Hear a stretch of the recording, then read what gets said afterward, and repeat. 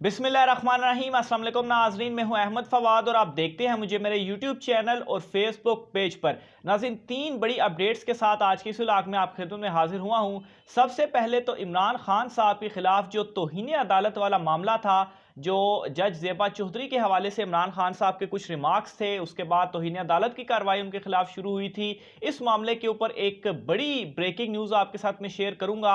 आप यूं समझ लीजिए कि इमरान खान साहब के खिलाफ ये जो मामला है ये ख़त्म होने जा रहा है। मरियम नवाज का रोना धोना फिर से शुरू हो चुका है और वो इस वक्त भरपूर कोशिश कर रही हैं कि किसी तरीके से वो लंदन फरार हो जाएं। ये मामला क्या है, मरियम नवाज का क्या रोना धोना इस वक्त अगेन शुरू हो चुका है, इस हवाले से भी कुछ एक्सक्लूसिव डिटेल्स आपके साथ में शेयर करूंगा। नए आर्मी चीफ की तैनाती से मुतलिक नाज़रीन इस वक्त कुछ मुबैना इतलात सामने आ रही हैं कि नवाज शरीफ, शहबाज शरीफ और आसिफ जरदारी, इनके दरमियान कुछ इख्तलाफात हैं। ये अभी तक डिसाइड नहीं कर पा रहे कि अगर नए आर्मी चीफ की तैनाती करनी है। एक तो ये मामला था कि 6 माह की तोसी दे दी जाए, लेकिन दूसरी तरफ अगर नए आर्मी चीफ की तैनाती करनी है तो किस नाम के ऊपर इन तीनों में इत्तेफाक जो है वो होना चाहिए, वो इत्तेफाक नहीं हो पा रहा। और पहले भी मैंने आपको बताया था कि ये जो सारा एक अननेचुरल सा इनका जो बॉन्ड है, इनके मुख्तलिफ जगहों के ऊपर, बल्कि अभी जो मौजूदा हुकूमत भी बनी हुई है इसमें भी इनके जो इख्तलाफात हैं वो मौजूद है। तो बहरहाल ये बहुत एक इंपॉर्टेंट मैटर है और इस मामले के ऊपर भी इन दोनों के आपस में क्लैशेस जो हैं, वो कहते हैं कि इमरान खान साहब को बिल्कुल भी इनके अगेंस्ट कुछ करने की ज़रूरत नहीं है, ये खुद ही अपने पाँव पर कुल्हाड़ी मारेंगे। तो एक इस मामले के ऊपर भी कुछ अपडेट्स हैं, वो भी मैं आपके साथ शेयर करूंगा। सबसे पहले नाज़रीन, आपको याद होगा कि मैंने आपको एक खबर दी थी कि इमरान खान साहब के अगेंस्ट जो मुकदमा है एक वो दर्ज किया जाएगा और उसमें भी दहशतगर्दी की दिफात, बगावत की जो दिफात है वो इस तरह से शामिल की जाएंगी कि इमरान खान साहब ने वो जो तकरीर की थी और फिर उसके बाद एक प्रोपेगेंडा मुहिम चलाएगी कि इमरान खान साहब जो हैं वो फ़ौज के अगेंस्ट है। खैर, इस प्रोपेगेंडा मुहिम को इमरान खान साहब ने काउंटर इस तरीके से किया कि कल जो उन्होंने पेशावर में जलसा किया उसमें माजी में ये तमाम PDM के जो रहनुमा है जिस तरह से फ़ौज मुखालिफ ये बयानात देते रहे हैं वो इमरान खान साहब ने चलवाए और इनके इस पूरे प्रोपेगेंडे को काउंटर किया। मीडिया के ऊपर इमरान खान साहब का मुकम्मल बाइकाट रहा, किसी ने इनकी जो तकरीर थी बरह रास्त नहीं दिखाई। और फिर दूसरे नंबर पर नाज़रीन, जब इमरान खान साहब की तकरीर शुरू हुई तो उस वक्त यूट्यूब को जो है वो डाउन कर दिया गया, यानी कि आप यूट्यूब को देख नहीं सकते थे, खोल नहीं सकते थे। और जैसा ही इमरान खान साहब की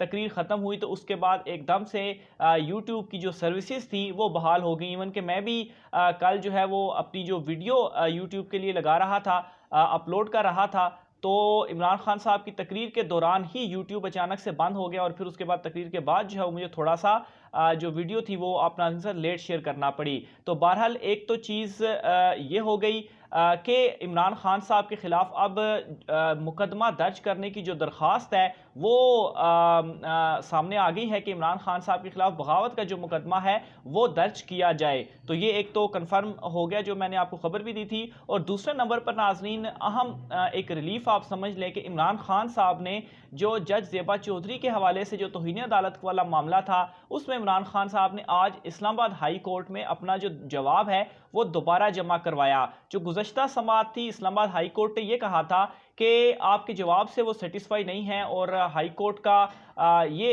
एक तासुर मिला था, जो एक मैं भी वहाँ पे रिपोर्टिंग करता रहा कि इमरान खान साहब अगर माफ़ी मांग लेते हैं तो फिर ये मामला जो है वो ख़त्म हो सकता है। तो इसके ऊपर कुछ रिमार्क्स भी सामने आए थे, लेकिन आज इमरान खान साहब ने जो जवाब है वो जमा करवा दिया है और इसमें इनडायरेक्टली अगर कहा जाए कि माफ़ी मांगी है इमरान खान साहब ने तो वो दुरुस्त होगा। इनडायरेक्टली इस तरीके से कि इमरान खान साहब ने अपने जवाब में मुख्तसरन 2-3 चीज़ें मैं आपके सामने रखता हूँ। इमरान खान साहब ने यह कहा है कि जज ज़ेबा चौधरी से मुतल्लिक कहे गए अल्फाज पर अफसोस का इजहार जो है वो मैं करता हूँ और गैर इरादी तौर पर मुंह से निकाले गए जो अल्फाज हैं उसके ऊपर मुझे अफसोस है। इसके अलावा खान साहब ने अपने जवाब में ये भी कहा कि ये हौसला अफजा बात है कि मुझे अपना मौक़िफ़ पेश करने का मौका दिया गया। मैंने हमेशा इदारों की इज़्ज़त पर मबनी राय का इजहार किया है।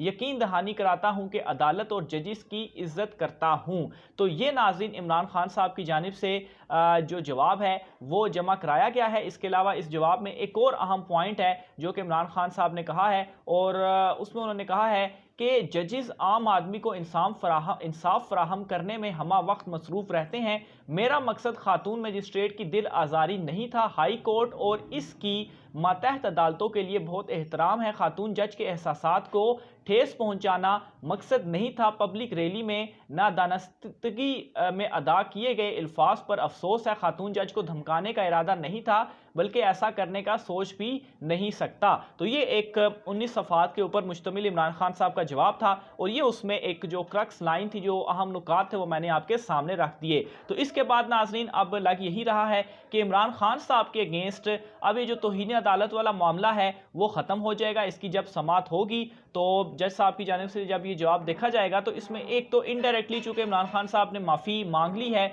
जो अल्फाज का चुनाव इमरान खान साहब की जानिब से किया गया, उसके बाद यही तासुर जो है वो सामने आया है। तो एक ये बड़ा रिलीफ इमरान खान साहब को मिलेगा। दूसरे नंबर पर नाज़रीन मरियम नवाज जो हैं, उन्होंने एक मरतबा फिर से रोना धोना इस तरह से शुरू कर दिया है कि उन्होंने लंदन जाना है, और इसके लिए कोशिशों का आगाज़ भी उन्होंने कर दिया है। जो उनका पासपोर्ट जमा था रजिस्ट्रार ऑफिस में, उसको वापस लेने के लिए जो एक दरख्वास्त है वो मरियम नवाज की जानिब से दायर कर दी गई है।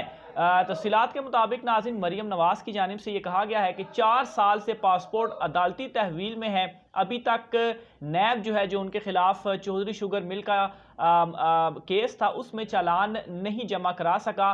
तो उनकी चूंकि दरख्वास्त भी मेरिट के ऊपर मंजूर हो चुकी है, तो इसलिए उनको जो पासपोर्ट है वो अदालत वापस करने का हुक्म जारी करे। इससे पहले भी जैसे ही इमरान खान साहब की अदम एतमाद के जरिए हुकूमत ख़त्म की गई थी, तो उसके बाद मरियम नवाज ने पासपोर्ट वापसी के लिए दरख्वास्त दी थी, लेकिन वो उस वक्त एक्सेप्ट नहीं हुई थी, और फिर उसके बाद इन्होंने वो दरख्वास्त वापस भी ले ली थी, क्योंकि इन्हें नज़र भी इस तरह से आ रहा था। तो बहरहाल अब दोबारा से मरियम नवाज ने ये दरख्वास्त दे दी है, और पासपोर्ट लेने के बाद उन्होंने जाना है लंदन। और एक मरतबा फिर से उनकी जानिब से ये जो रोना धोना है, जो कहते थे कि हम इमरान खान को लंदन फरार नहीं होने देंगे या कहीं और फरार नहीं होने देंगे, उनकी खुद की हालत ये है कि वो लंदन में बैठकर एक तो ऐसे बयानात देते हैं, और फिर मरियम नवाज साहिबा आज खुद भी उन्होंने ये दरख्वास्त दायर कर दी है और लंदन जाने के, और यही है कि उन्होंने लंदन जाना है।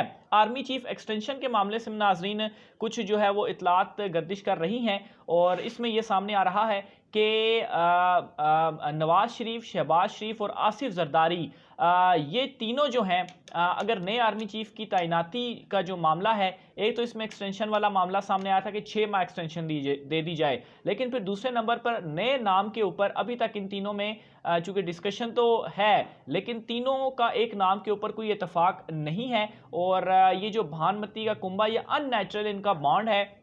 इस मामले के ऊपर आप देखेंगे कि इनके अंदर इमरान खान साहब को कुछ करने की ज़रूरत नहीं है। ये आपस में ही लड़ेंगे, एक कहेगा कि ये कर दें, दूसरा कहेगा ये कर दें, और तीसरा कहेगा ये कर दें। अभी तक तो जो मौलाना फजल रहमान है, जिनको इन्होंने बराए नाम पीडीएम का सरबराह बनाया हुआ था, वो इस मामले के ऊपर फिलहाल खामोश हैं। लेकिन जब ये तैनाती की जाएगी, समरी मूव की जाएगी, तो उस वक्त बड़ी एक हलचल होगी। और ये जो एक अननेचुरल बॉन्ड है, ऑलरेडी इनमें लड़ाइयाँ, आसिफ जरदारी जो है वो जिस तरीके से नून लीग को इस वक्त चला रहे हैं, सारे का सारा मलबा उनके ऊपर डाला हुआ है। फिर आसिफ जरदारी की जानिब से जो नवाज शरीफ की वापसी की राह में जो उनकी जानिब से एक रुकावट है, क्योंकि वैसी बात है वो नहीं चाहते कि नवाज शरीफ वापस आएँ। अगर वो वापस आ गए तो फिर जो उनका एक प्लान है पंजाब में कुछ नशिस्तें लेने का, क्योंकि वैसे तो बहुत ज़्यादा मुश्किल है, सिंध में भी इस वक्त उनके हालात मुश्किल हो चुके हैं। बहरहाल इरादा उनका यही है कि नवाज शरीफ वापस ना, अगर वो वापस आ गए तो फिर आसिफ जरदारी का एक जो होल्ड है वो फिर शिफ्ट हो जाएगा नवाज शरीफ की तरफ भी, और बहुत सारे लोग नवाज शरीफ की बात मानेंगे।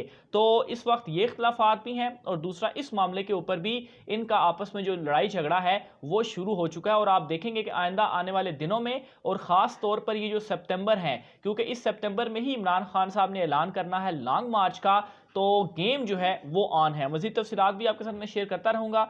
आज की व्लॉग से इतना ही। राय का इज़हार कमेंट बॉक्स में कीजिएगा। मुझे इजाज़त दीजिए। अल्लाह हाफिज़।